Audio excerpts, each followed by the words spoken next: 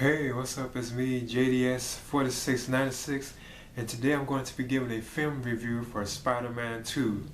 And this again features Tobey Maguire in the role of Peter Parker, Spider-Man, Kirsten Dunst in the role of Mary Jane, and then you have James Franco again returning as Harry Osborn. Now this film introduces like a new villain to like the bunch. You know, you have Alfred Molina as Dr. Otto Octavius, who eventually becomes, you know, Dr. Octopus, one of Spider-Man's, like, you know, like greatest enemies, basically, you know. So he's like the villain of the film. And then you have again Sam Raimi as the director, who returned from directing the first one. So you have pretty much like the same cast returning for this sequel, which takes place like 2 years after the events of the original Spider-Man film, you know. Well, in this film, you know, it deals with like Peter Parker himself having like personal like issues with life itself. You know, he loses his job as like a piece of delivery. You know, like person. You know, he delivers pieces, and you know, he didn't deliver the pieces on time. On time, so he actually like loses his job. You know, he gets like fired and stuff because he didn't manage to get the pieces where they were going to. You know, the time. You know, so he lost his job. Plus, on top of that, he is failing like his courses, like his classes. You know, he's actually failing. You know, he's not completing like his homework assignments and stuff like that as well. You know, and then on top of that, you know, he is actually living on his own now. He has his own apartment and place. You know, what's actually a room. You know, and he's not able to pay the rent at times. You know, and plus on top of that, he also is like having conflicts like with Aunt May, you know, like his aunt, you know, she's having like problems with her house going into like foreclosure, and then at one point she even has to leave her like her place, you know, that they always lived in, you know. So you know, on top of this, Peter Parker, he has to balance all these like personal like life issues, you know, and at the same time he has to be, you know, take on the responsibility of being Spider-Man, you know, because remember, with great power there comes great responsibility. So at the same time, he's balancing both of these, you know, and then a new enemy comes to conflict, you know, thus, you know, Dr. Octopus, basically, you know, he comes into contact, you know, eventually, you know, so Spider-Man actually has to deal with him too at the same time. Now, the way Dr. Octopus is like born and created in the film, like Alfred Molina, he's like a scientist, you know, and he wants to create like a fusion energy based thing, like this thing that is capable of sustaining energy. And I think yeah, making reusable energy basically, because he was saying, for instance, he made a comment that like electricity would be cheaper for people, you know. So like he does like an experiment which is funded by Harry Osborn's, you know, like Oscorp, you know, like his father ran Oscorp or whatever, you know. It's funded by Oscorp, you know. That's where Harry Osborn kind of fits into it, you know. So Oscorp is actually funding the experiment, you know, that Dr. Otto Octavius is doing, you know. And of course, like a tragic incident happens during this experiment, which causes like Dr. Octavius to get like stuck with these like 4 mechanical arms that he had to use when he was actually doing like the experiment itself. You know, like these 4 like mechanical like arms, like tentacles almost, get attached to his body, you know. So eventually he becomes like Dr. Octopus, and he really becomes him because, you know, like when he wakes up from being like discovered that these arms are attached to him, you know, he kills like all like the doctors and stuff around him, and at the same time he loses his wife too, named Rosie, you know. He also loses her at the same time. So all that builds and like, you know, pushes him to become like the villain basically, you know. And thus he wants to actually retry creating like his fusion experiment again, you know, so he can like continue like his experiment with making like the reusable energy fusion thing basically more powerful and more stronger. So like that's Dr. Octopus is born, you know. Then he's out to actually make his experiment more powerful, and of course he has to take on Spider-Man, who is trying to stop him and stuff like that, you know. Now like Dr. Octopus, like his mechanical arms, he actually can control them with his mind, you know. They actually have like a sense of their own, so he's actually able to control them with his mind, you know. That's why he can like make like the arms go and grab stuff and pick up things or attack stuff, you know, at the same time, which I always thought was kind of cool. He was always one of my favorite Spider-Man villains too, as well, you know. So yeah, that's what the film is basically about. Like this new enemy is born. You have like Peter Parker having like these personal like conflicts in his life. Plus he had to be Spider-Man, you know, to fight crime and save people. And at one point he even gives up the role of being Spider-Man because he gets so frustrated with, yeah, because like another plot point in the film is he starts to lose his powers for some reason. Like he can't even shoot webs anymore, like, you know, like his web fluid. he can't even really climb anymore. He'll fall off buildings. Like, so for some reason, he's actually losing his powers, you know. So at one point, he just gives up being Spider-Man because of this particular situation.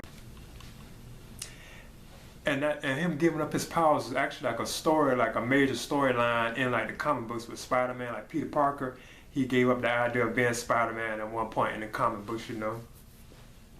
But yeah, and thus, of course, later on he does return to the role, you know, of being like Spider-Man as well too, you know. Now there's also like other interesting things going on in the film too as well, which are setting up for like the third film in the series, like Spider-Man 3. You have like scenes with like Harry Osborn. He's like breaking down, you know, and getting more like frustrated. He's actually starting to resent his best friend Peter Parker. He's also resenting Spider-Man even more. At one point, he even wants Dr. Octopus to bring Spider-Man to him so he can find out who Spider-Man is, you know. And thus, you know, I don't want to spoil the film, but everybody knows how that turns out. And it's kind of similar to like the comic books, you know, a lot, you know, like the storyline of it itself, you know, how he, you know, I don't want to spoil it, you know, if you haven't ever seen it, I want to spoil it or whatever. But yeah, another thing I thought was like cool, you had like the usual like cameos in the film, like Bruce Campbell as like an usher, you know, he wouldn't let Peter Parker into like this play to see Mary Jane giving a performance, you know. Like she's acting out like this role like in this Broadway play, you know. And then you also have like Cliff Robinson again from like the first Spider-Man film, you know. He returns in this film, you know, as Uncle Ben.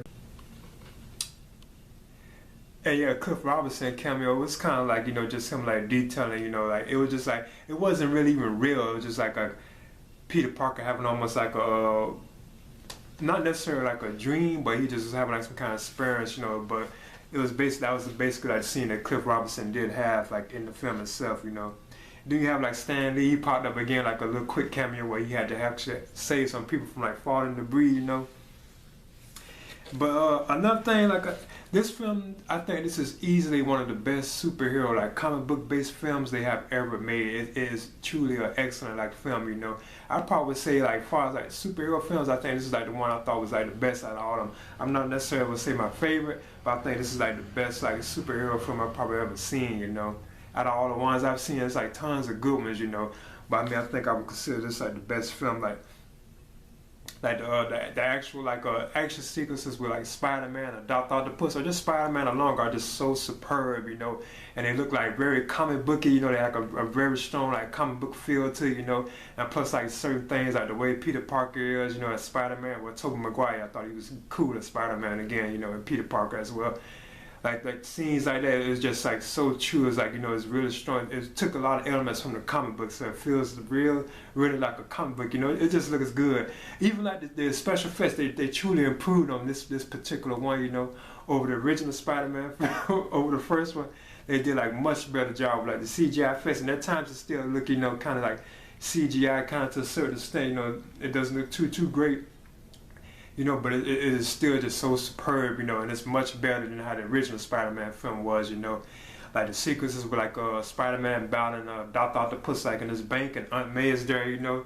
That was like truly awesome, you know. And then plus the scene where they're fighting like on like the subway train, I think it was, you know. That was another cool like awesome scene too as well. Or just Spider-Man like web slinging around the city, you know, and swinging around like stopping crime. It's like, you know, it's just cool, you know. Very cool film. And I thought Sam Raimi did a good job like on the direction of the film too, you know. And he also like harkened back to like it's like horror roots, you know, because like some of the scenes are like very intense, you know. Almost like a horror film, like say people getting attacked or like killed or anything like that. He actually like filmed it in a way almost like a horror film, you know. It looked like very like horror like, you know. Now like another thing I thought was cool was like some of the performances in the film. I thought like J.K. Simmons as J. Jonah Jameson, I thought he was like cool, even better than he was in the first film, you know. I thought he was like funny and cool and interesting, you know. And I thought, I think her name was, the Aunt May, Rosemary Harris in the role of Aunt May again. I thought she was very like cool and interesting, and I liked the chemistry that her and Tobey Maguire had in the film. You know, where Peter Parker, I thought that was so cool because she gave like nice like elderly experience. You know, she gave him like nice like wisdom and like you know, basically like what's the word? You know, I forget what they call it, you know. She just gave him like good, like, you know, I guess you could say, what's that word called, you know? But I like the chemistry they had, you know. Yeah, she gave good advice basically, you know. I thought that was kind of cool, you know. And then the moments where he had to save her and stuff like that, I thought that was fun and cool too. And now Kirsten Dunst, she had this like laid back kind of feel again, you know, as Mary Jane, which I thought was cool and interesting. But at the same time, you could tell like Sam Raimi, I guess it was Sam Raimi, he just had her like really like cast as like a sexual object in the film, you know, because she's kissing this person, and the next thing you know, she's kissing this guy, and then she's kissing this one, you know. It's like almost like she was just basically like a sex object for the film, you know, from my opinion. Now Mary Jane was kind of like that in the comic books, you know. You could tell she was basically like a sex object, you know. But this film, it truly is, it was just spectacular, and I truly believe this is a good, and this is the best of the Spider-Man films, from my opinion, you know. This is easily better than the original, even like the third one, you know. I thought this was a truly good film, you know. Another thing I want to touch on was like the opening credit scenes, you know. I like how I looked at, you know, into like the scenes from the first film and put them like in comic book form, you know, like as the film is coming on. I thought that was cool too. But yeah, another thing I thought, Alfred Molina, I thought he was good in the role of Dr. Otto Octavius, who becomes Dr. Octopus. I thought he was excellent in the role too as well, you know. At times, I like his attitude, it was kind of like aggressive and stuff like that. But it was cool, you know. I thought he did a good job as Octopus. And if anything, like his look, I thought was still kind of off. I believe they should have had him like in white clothes, you know, like, well, actually green. Actually, it was right. That's right, because I know Octopus, like his clothes, like it is like greenish. So they did a good job on that, you know. I thought that was kind of cool, you know.